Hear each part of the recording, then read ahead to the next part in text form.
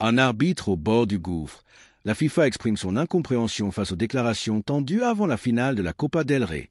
Bienvenue sur votre chaîne de confiance où nous vous disons toujours la vérité sans détour.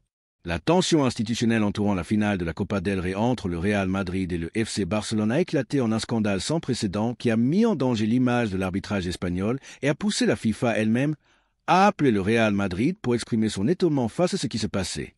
Ce qui devait être le prélude à un grand classique s'est transformé en un tremblement de terre d'accusations, de reproches et de menaces voilées qui dépassent le cadre sportif et remettent en question la neutralité de ceux qui rendent la justice sur le terrain. Le déclencheur a été la conférence de presse de ce jeudi dans la salle de presse de la Cartuja, où Ricardo de Burgos Bengoechea, arbitre principal désigné pour le match de samedi 26 avril 2025, et Pablo González Fuert, responsable du VAR, ont rompu le protocole habituel pour dénoncer l'atmosphère d'hostilité et de remise en question constante à laquelle ils ont été soumis. Avec un ton aussi grave que surprenant, de Burgos a affirmé que son fils avait subi des insultes à l'école, où ses camarades lui criaient « Ton père est un voleur », à cause de vidéocritiques diffusées par Real Madrid TV. González Fuert, quant à lui, a révélé qu'ils avaient reçu des menaces directes sur les réseaux sociaux et par des voies privées et a averti que la patience du corps arbitral était à bout. La portée de ces paroles a rapidement dépassé le cadre national.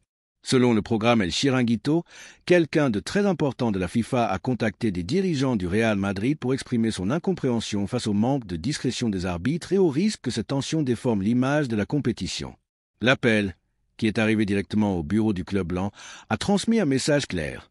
Nous ne comprenons pas pourquoi les arbitres sont sortis pour critiquer l'un des équipes de la finale. Cela ne se voit même pas dans les grandes polémiques internationales.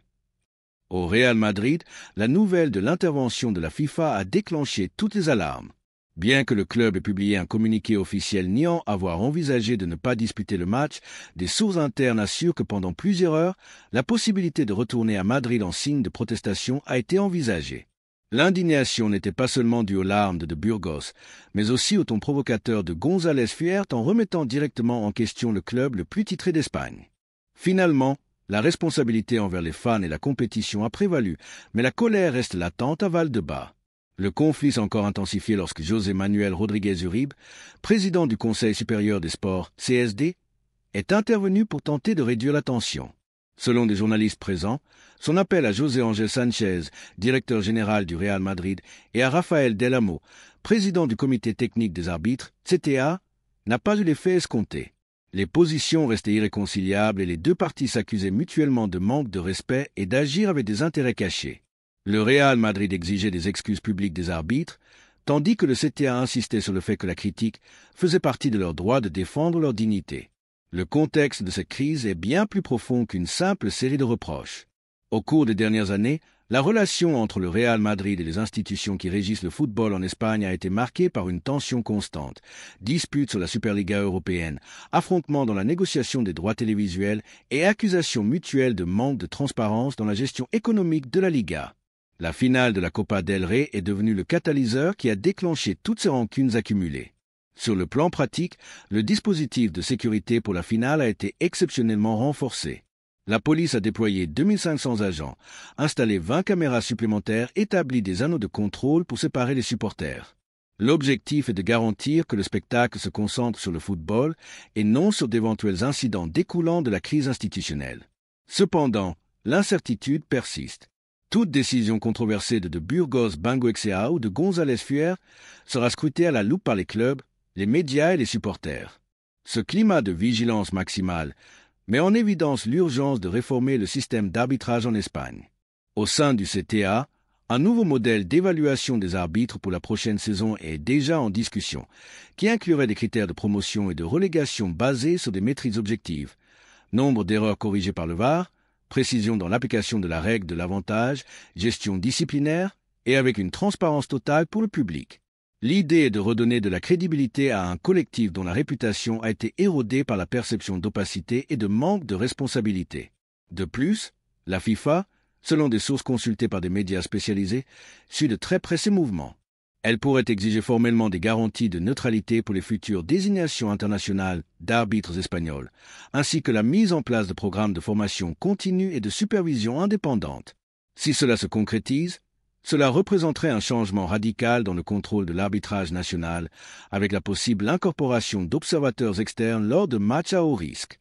Pendant ce temps, dans le vestiaire du Real Madrid, le débat est ouvert. Les joueurs et le staff technique évitent de commenter publiquement la polémique, mais en privé, ils reconnaissent se sentir déconcertés par l'ingérence des arbitres dans le discours médiatique.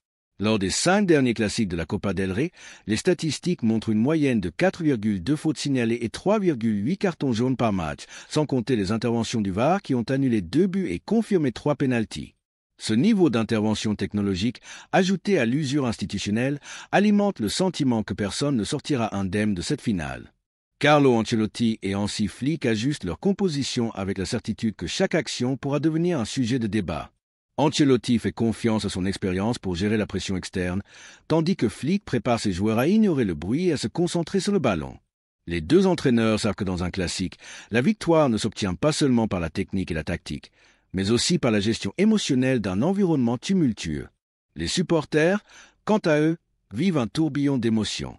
Un sondage parmi les fans du Real Madrid et du Barça révèle que 72% considèrent que la politisation du football est excessive, tandis que 28% estiment que la confrontation institutionnelle est inévitable dans les compétitions d'élite.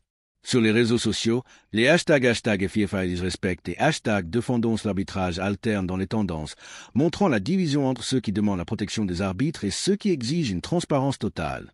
À mesure que le jour du match approche, la narration a cessé d'être purement sportive. Le véritable point culminant se jouera sur 2 fronts, sur le terrain de la Cartuja et dans les bureaux où l'avenir de l'arbitrage espagnol sera décidé. Si, après le dernier coup de sifflet, aucun accord n'est trouvé pour garantir l'impartialité et la crédibilité du système, cet épisode restera comme une plaie ouverte qui conditionnera toutes les grandes rencontres à venir.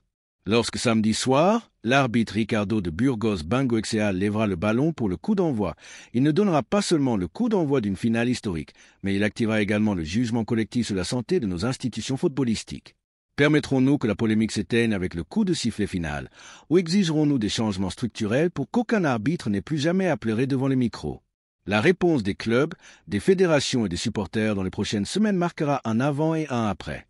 Car le trophée de la Copa del Rey ornera la vitrine d'un champion, mais le véritable prix sera de retrouver le respect mutuel et la confiance dans un sport qui, sans un arbitrage crédible, perd son essence. Nous vous lisons dans les commentaires. Pensez-vous que la FIFA doit intervenir formellement dans la réforme de l'arbitrage? Quelles mesures considérez-vous indispensables pour restaurer l'intégrité du football espagnol? Laissez votre opinion, likez et partagez cette vidéo pour ajouter des voix à un débat qui va au-delà d'un simple match.